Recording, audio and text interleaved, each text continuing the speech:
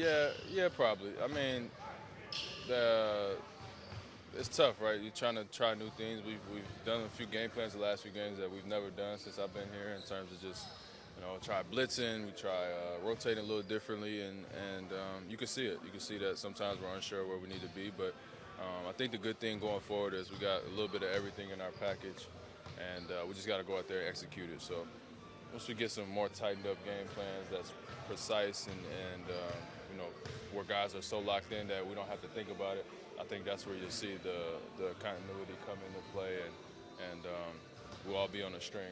How many reps does it take guys at your level to get to that stage? Like, is it, do you kind of get it down after two practices and two games, or is it, or? Well, you hope it's none, and you hope you can just talk about it and go do it, because that's kind of what we've had to do. I mean, it's the first time we've had a practice in a while that I can think of in terms of just being out on the court, watching film like a full day in terms because of the travel or whatever the schedule's been. So you don't get much time to figure it out. You kind of got to go out there and do it on the floor and just take that mental approach, watch a lot of film, and go out there and execute it. So obviously in the playoffs it's more deliberate, but even then you're not banging your bodies on the court, a ton. So it's more mental, just guys being locked into what we're doing. And honestly, the last few games we've blitzed a couple guys and we've kind of left guys open. And now we don't need to use that as a crutch, but I mean those guys hit how many threes last night? 16 more field goals than us. OKC hit 23. So sometimes you pick your poison, and we played two teams that have made us pay. With those different defensive game plans, have you started thinking already, maybe this is something we would use against a Brooklyn or a Detroit, or is it kind of just still focused on the regular season opponents? Yeah, I think we're pretty locked in. I think you can see where some of that stuff will come into play.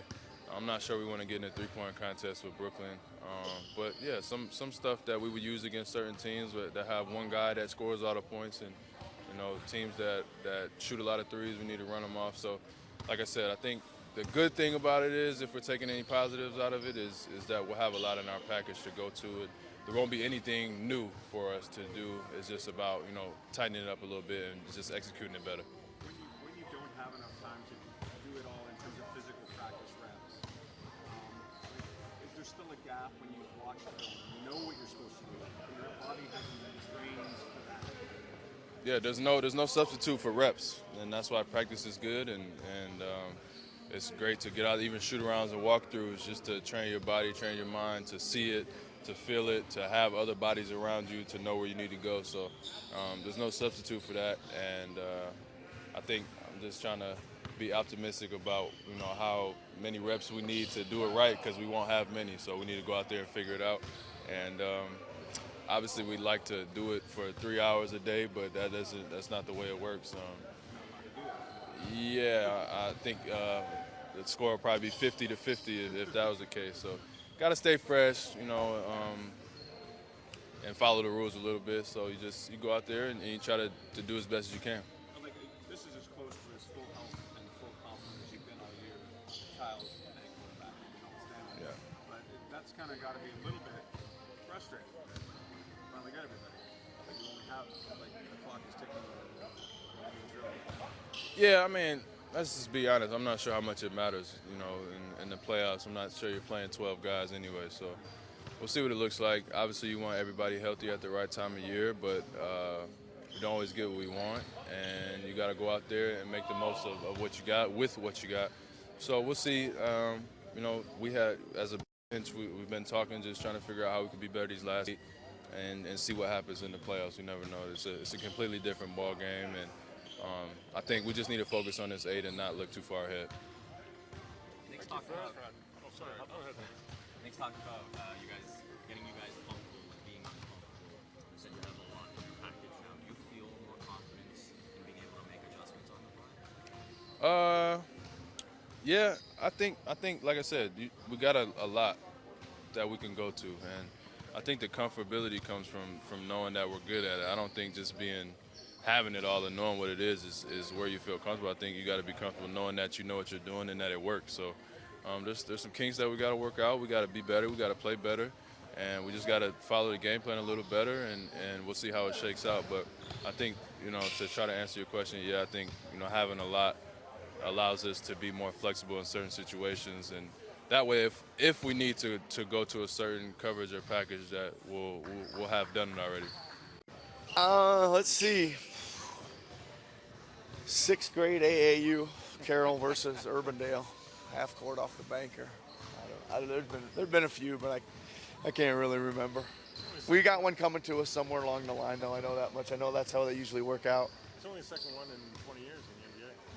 So there you go. Yeah, that's just too bad. For both of them. It's too bad because we knock the ball away, right? We make a really great, I think, decisions, and plays and play hard all the way to the end, and just doesn't go our way. Feel like you should buy a lottery ticket? Maybe. Feel like I'm ready for another game to be here and play another game. I mean, you've talked this year about wanting to be flexible and putting in new things and using the season almost as like, step-by-step adding stuff to your package, and Fred was mentioning that as well. How many reps do these guys at this level need to be kind of instinctive on some of these coverages and some of these schemes that they can draw on? It just depends, Michael. I think there's probably a group of players that need 1 rep, right? And then there's probably a group of guys that needs 20, right? I think you're in a scale in between, whatever it is, just depending on the different pieces and maybe the experience of the guys, or even the athleticism of the guys to make certain rotations and contests and blockouts and low post defense, or whatever it ends up being after you've done something tricky on defense. And so, as a coach slash teacher, like with these 8 games, like how do you convince yourself that they're going to go into exams prepared?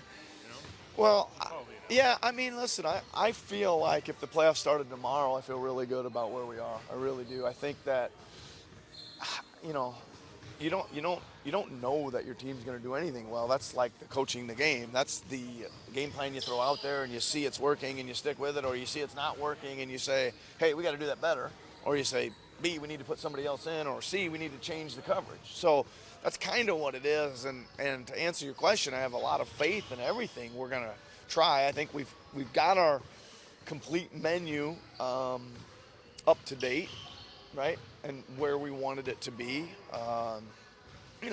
We've got the ball shot in over us a couple times in some schemes that we're going to need to use in the last couple games that we wouldn't have liked to have had happen, but we still know what we're doing. We're still making the right people shoot the ball, things like that, which becomes a little more situational, really. And I don't see a scenario where we're blitzing 18 straight times in a row.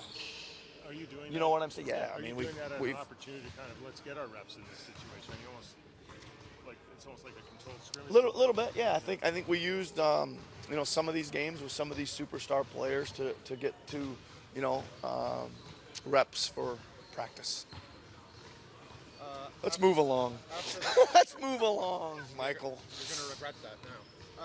After the game yesterday, Kyle was talking about how he's not 100%, that it's probably an injury. He could have sat out into the playoffs if he wanted. What goes into the decision to having him play now? The decision is Alex's, right? Yeah. And Kyle's. Alex says he's cleared to play. Alex says there's nothing wrong. They do every test you can do. Says he's good to go. Kyle says I'm good to go, and they go out there and play. That's it. Any concerns with the turnovers creeping up with Pascal, especially with the team as a whole, but just the speed that he plays at is going to be. No, I mean, you're always concerned, right, with turnovers. I think that one of the really big strengths with our basketball club over the past few years offensively, and the numbers have been so high, is because of our low turnover rate, and it's been pretty good again this year. What did we have? 3 in the second half last night, I think, as a team. I mean, it's just you got to make sure your mindset's good to be on top of things, and it wasn't great for the most part, especially in the first half last night. We were, after watching the film, we were just a little upright and lackadaisical on both ends of the floor, and we weren't sprinting out to contest shots as much, and you know how that goes. You kind of give them some confidence, and they roll with it a little bit. Reaching in for the ball a little more, I guess. I think so. I think there's certain teams that are really good at at swiping and slapping, right? And it's part of what they teach in their game plan. Um, it's good though. I mean, for me, like it's good for Pascal to see this, right? I mean, he's got it now. When we showed him this morning the clips there, he probably forced a few, and there was a couple guys doing jumping jacks on the outside, wide open, right? And then he did. There was a couple that he did go in there and got a big crowd and zinged it out for an open three, and that's just a progression, right? It's just a progression of getting used to being game planned for differently, being understood that one guy can't cover you, so they have to send two, and where the next reads are, and to me, I love it because I don't know about you guys, but I see him getting better and better right before our very eyes, like every week. So it's okay. We'll let him play through some of these mistakes, and he's been pretty good about adding things to his package. And there's just be another thing he needs to add is a little bit more kick-outedness. It's not a Powell's birthday. No, I wished him a happy birthday, and he was in a good mood. We watched the film, and he was in a bad mood. And then I said, "What are you in a bad mood for?" Geez, come on, it's your birthday. So a little bit of a up roller coaster ride with him today. No. I told him he looked 27. He was insulted. No, he said, you know. Yeah. Yeah. Yep. Been quite different. Yep. Is there a version of this game that you see translating to the playoffs that you would like to see? Yeah, I mean, he's obviously had his bumpy road this year, right? And a lot of it, you know, first of all, it's just circumstantial. We've had an emergence of three players kind of at his position, in Danny, Kawhi, and Pascal. We still tried to let him grow some because he had a good summer, and we think there's some offensive game for him to explore. But it hasn't worked out that good, right? But I'm not putting that all on him. I think that if last year he got to play with the first unit, and that's probably easier to handle. You know, if you stuck Norman with the first unit as we've done in the past, he looked pretty good. You stick Pat McCall in the first unit, he looked pretty good. All of them together have had their rough moments, right? So I think, you know, as we get down to it, I'm going to try to get him, you know, maybe play a little bit more of a role for this team, get back to his, you know, his defense he can do, shoot the open three, get on the glass, cut to the rim. You know, those are some things we know he can do, and he needs to do those at a super high level for us, you know, as a role. And then we'll get back to work in the summer and figure out where his game's going from there. Are those conversations at this time of year difficult? Yes, they're always difficult. You know, I mean, the one thing you got to love about most players, but OG especially, is they got a lot of self-belief that they can do more than they're doing, right? And when they don't have a good game, they feel bad about that. They've let our team down or let themselves down, to be honest, because they, again, know they can play better and know they can do more. So, you know, that's what being a young player is sometimes. You have rough moments. You got to pull your socks up and get back to work and take a few deep breaths and dig in. Don't hang your head and get back to work and believe in yourself again. I feel like Norm's raised the bar of his game the last game. He played good in the second half last night.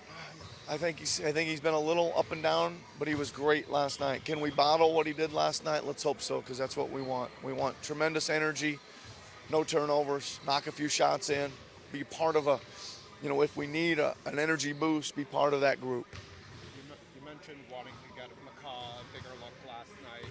Do you intend to sort of give each one of them like a trial in that ninth-man role, or is that going to be more of a field thing?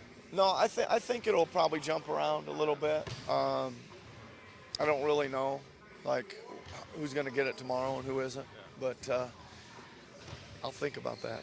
But that's probably the way it's going. Yeah, probably the way it's going to be. I want to see if somebody can emerge or not emerge, or if it's just going to be situational the whole time. Then that's the way it's going to be. Not a big deal for me. I think the rotation gets cut down, and it's not as difficult as probably I'm making it be.